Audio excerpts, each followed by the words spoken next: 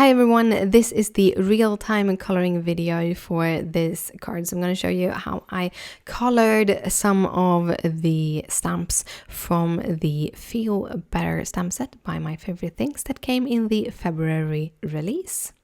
So I'm going to jump straight in. Now, as usual, when I do coloring for my stamps, especially when I'm going to build something up, I usually color a bunch of images and then I kind of choose from them in images to see if they fit together.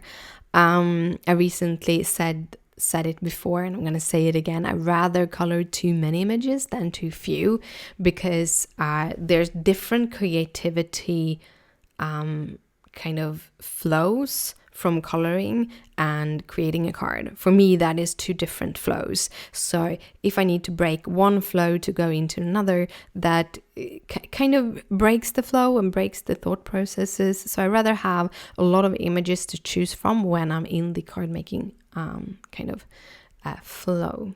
So first we did a little bottle here. I can only say the reason why I didn't choose to go with the little bag there or the bottle or the spoon is because I didn't like my color combinations. I didn't like that red. I'm going to be completely honest. The bag was okay, but I didn't like the red to go together with that yellow for the bottle. And I'm not sure, but I think the blue was a little bit too blue. You don't have that many choices when it comes to light blues, when it comes to Copics, but yeah, I wasn't 100% set on that bottle. But I did like how I colored the little bag though. So I used my E40s, you know that is my absolute favorite colors. I love them. I love just coloring in anything with the E40s. It's a wonderful brown because you can mix it with basically any color. It is this little very, very neutral toned. It's hard to find a brown that is that neutral, so I really enjoy using it. And also it can be a little bit hard to blend both the steps E43 to E44 and the step E44 to E47. However, I do love it. I also tried to make it look like it was a little bit bent and such. Then we're going to do with the little sign. I just did kind of a middle glow on the sign. It's very hard. I never really figured out how to color signs, but that's how I did this one. And then I'm just going to edge it with the E44 to get kind of a wooden frame. I didn't do a lot of details for that because these stamps are very thin and very small, and when you work with smaller stamps you don't need to have that much detail. A single layer of a color can actually do wonders.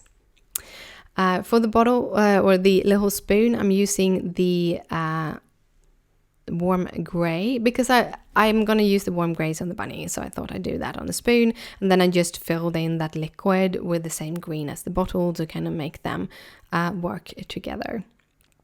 For the bunny, which is the focal image of my card, or ended up being the focal image of my card, it is the little bunny doctor, doing a very soft, very, very, very soft kind of shadowing, making sure to put shadows towards the bottom of the bunny, shadows under the arms, on the sides of the face, and also a little bit to just make a little bit of a hint that the nose is standing out a little bit, and then a little bit on the lower part of the ears, because I would think you have shadows around the ears because they are not the way they are formed, kind of they get shadows there.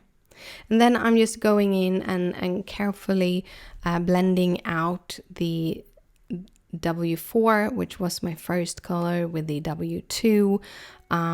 Just very simply, very careful, very, very thinly, just pulling those colors out, and then I finish off by going in with the W0 to blend it out. I very seldom go to white, but I think I'm going to do that on the tummy later on, so you're going to see that. But I blend this, and when I blend, I kind of go up over multiple times over the edges, because that really helps mixing, making it looks like it's a little bit of a better blend. But I really like how this little cute bunny turned out. For the tummy, I wanted it to be super light, so I'm just adding a little bit of the darker tones just underneath the chin and from the kind of bottom of the tummy upwards, and then I blend it out with the colorless blender.